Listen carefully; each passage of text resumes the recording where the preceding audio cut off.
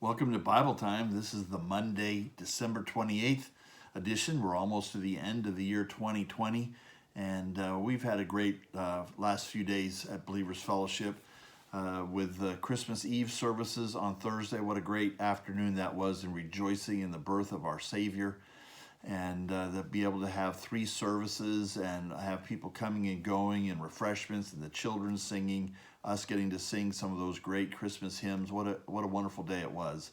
And then I trust that you had a wonderful day on Christmas with your family, maybe some friends, celebrating the birth of our Savior.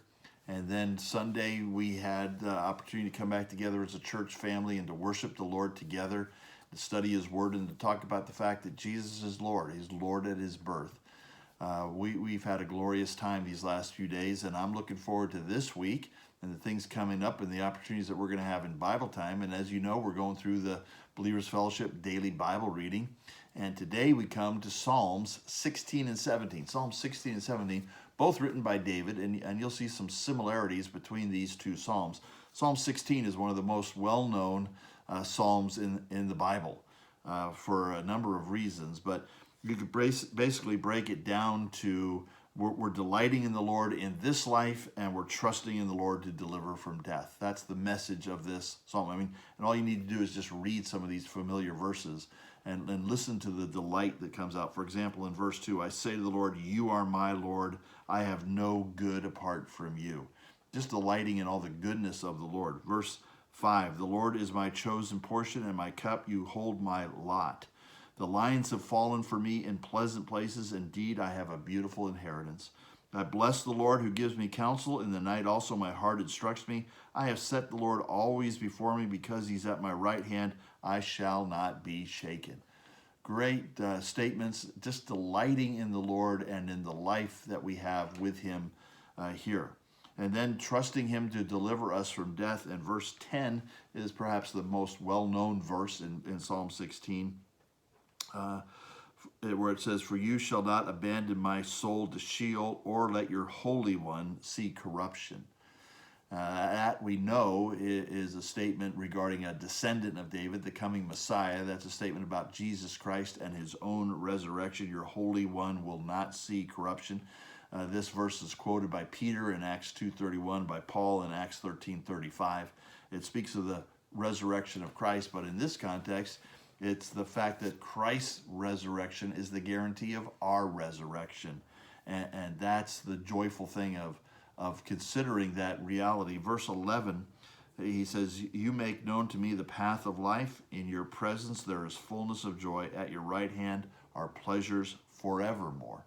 And that's what we're looking forward to. We're delighting in the Lord during this life and all the goodness that he showers on us, and we're trusting in the Lord to deliver us from death, and that we will spend forever with him. That's Psalm 16.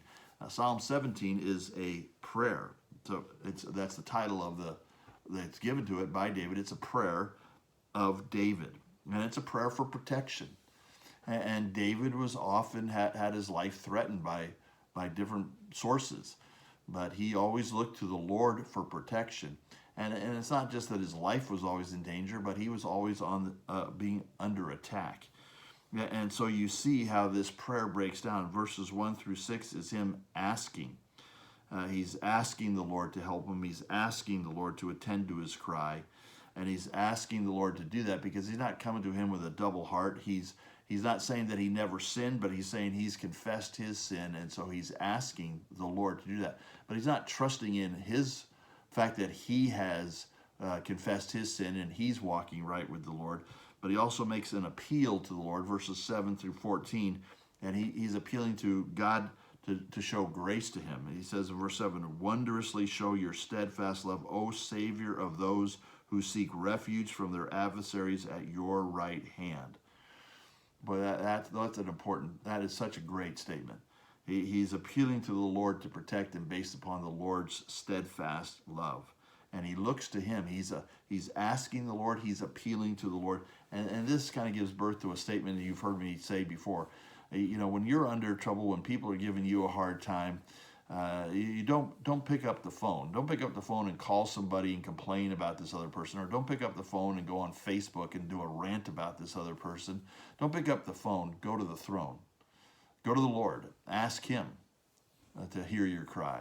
Appeal to His steadfast love to protect you and to work on your behalf.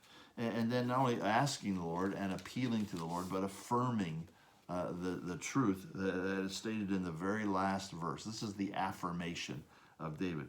As for me, regardless of what happens, whether the Lord answers my prayer, whether He responds to my appeal, whatever happens, as for me, I shall behold your face in righteousness. When I awake, I shall be satisfied with your likeness. That's Him looking beyond. No matter what happens here today, and this gives birth to another statement I use a lot. No matter what happens today, I'm still going to heaven. Yeah, these people are giving me a hard time. Yeah, I'm asking the Lord for protection. I'm appealing to the Lord to help me. But if He does or He doesn't, here's the reality. I'm still going to heaven. There's going to come a time when I will behold His face in righteousness. Well, what a great way to start the week. I don't know what challenges you're facing this week, but we can certainly delight in the Lord's goodness to us every day during the week, and we can trust Him regarding our death and our resurrection, and that we will be with Him forever. And with Him there is peace forevermore. So I trust that encourages you as we start another week, and we'll see you back here tomorrow for more Bible time.